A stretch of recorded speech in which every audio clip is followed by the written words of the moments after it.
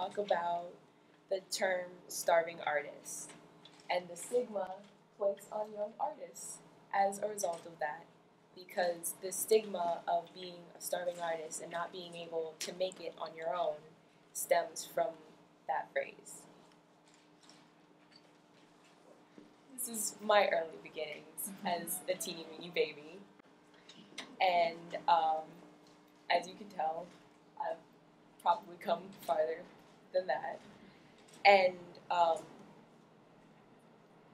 I, as a young child, as a little baby, was not afraid of becoming a starving artist. I was told that if I pursued being a professional artist and just doing that full time without anything else, that I would starve, but that didn't scare me. And so I chose to pursue art. But other people do not. Some people are convinced that they won't be enough, they won't be able to make it, and they lose confidence within themselves, and they become alienated by the phrase starving artist. They're afraid to truly invest in their skills and develop their craft and become a full-time artist because they're told that they can't do it, and that's a shame. As you can see by my graph, artists are not the only people starving.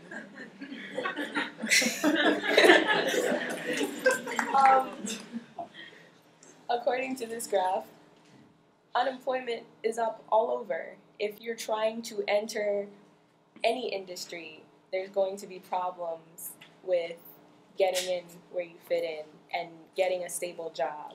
And the poverty line is way high these days. You can work at McDonald's and still be a starving McDonald's manager. Moving on. As you can see, I got better. I had support from my family, and that is why I was able to continue and move on and invest in my skills. I was encouraged by my art teachers and both of my parents and other members of my family to continue to invest in my art.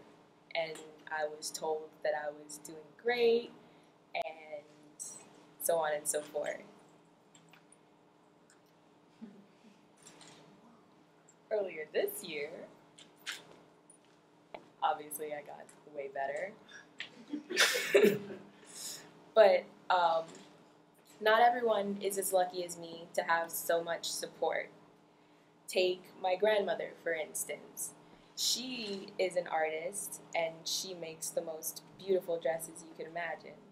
But as a young girl, she was told that she shouldn't invest in that skill of hers.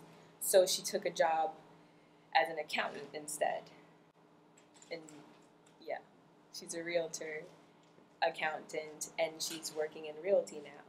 But you would not even imagine how different everything would be if my grandmother invested in being a seamstress and dressmaking, because she's amazing. I'm bragging. But my mother, on the other hand, didn't listen.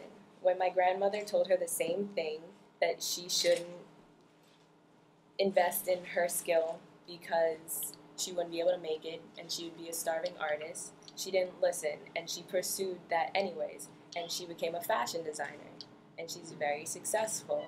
She's a major asset to the company that she works for, and she's never been unemployed for more than like 3 weeks.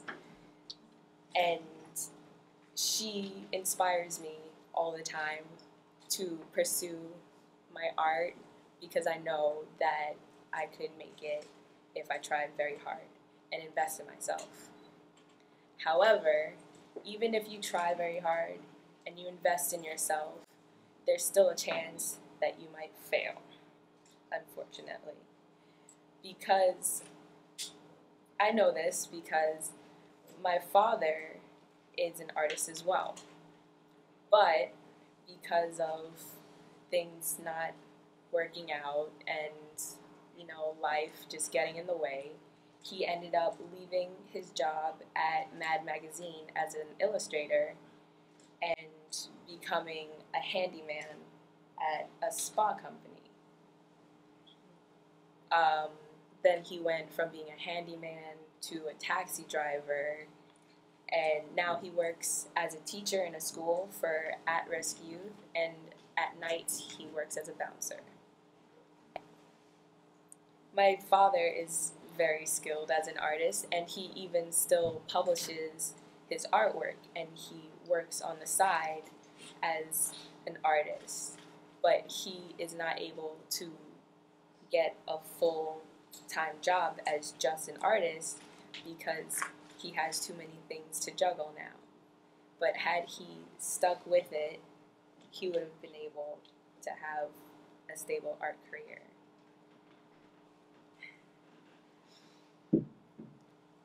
The moral of this story is support. We need to support our young artists because the world is missing out on all of the artists and potential artists and the people who chose not to pursue that field even though they're very gifted and talented. We need to support the arts. And we need to retire the phrase starving artist. That's one of my artwork. Say no to starving artists.